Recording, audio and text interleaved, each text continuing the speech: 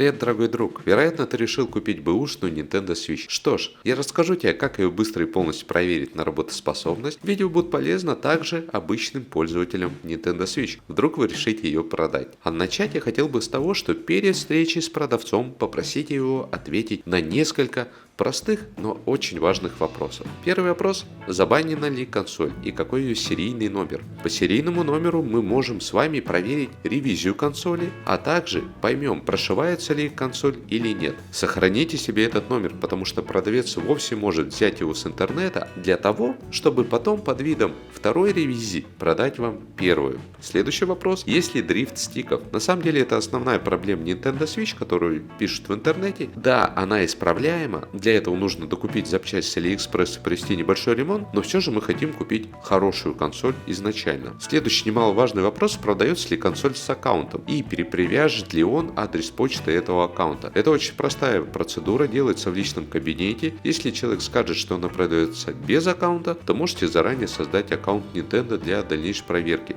когда приедете к нему. И самое важное: обязательно попросите продавца полностью зарядить консоль перед вашим приездом. Тут следует обратить внимание на джойконы. Если консоль полностью заряжена, а джойконы разряжены, то в контроллерах глюк. Не берите такую консоль никогда, потому что даже интернет не знает ответа на этот вопрос. После того, как вы приехали, начинайте проверку с внешнего вида. Консоль не должна быть ушатана в хлам, и болты не должны быть сорваны. Задняя ножка спокойно удерживает консоль, при этом имейте в виду, что она может открепляться, сделанная для того, чтобы она не ломалась, когда вы забудете ее убрать или решите поставить в док-станцию. Если вам не нравится ее внешний вид, то можете и не мучить дальше продавца следующими проверками. Вместе с внешним видом мы наткнемся на серийный номер. Он должен совпадать с номером на коробке и с номером в настройках. Также с тем номером, который продавец нам отправлял, отвечая на вопросы. Дополнительно можно проверить серийные номера джойконов с упаковки и тем самым проверите целостность комплекта. Далее мы просим продавца подключить консоль к Wi-Fi. Если человек отмораживается, то создаем точку доступа через телефон и заходим в eShop. Если все это дело заходит без проблем, то консоль не забанена. Если консоль забанена, то там будет написано, что сервисы Nintendo на этой консоли недоступны. Но если Wi-Fi не работает, то завершаем проверку и идем искать другую. Теперь же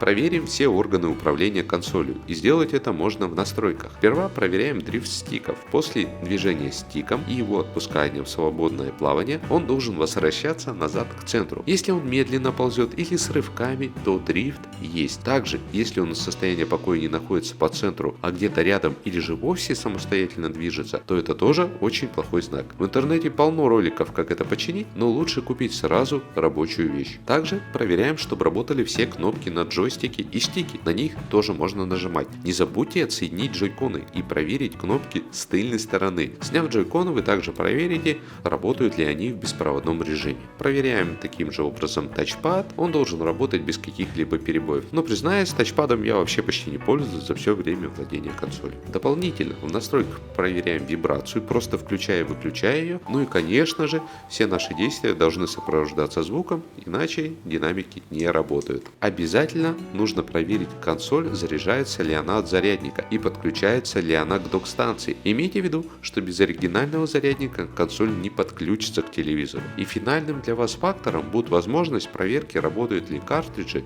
и SD-карты. В этом коротком ролике я постарался рассказать, как бы я проверял консоль перед покупкой, и таким методом я сам проверял свою консоль, которую недавно продал другу, чтобы исключить все недоразумения. В описании к этому видео я оставлю короткий чек-лист, чтобы ты, дорогой друг, ничего не забыл проверить. А больше благодарностью для меня будет подписка на канал, лайк под видео и ваши комментарии. До новых встреч!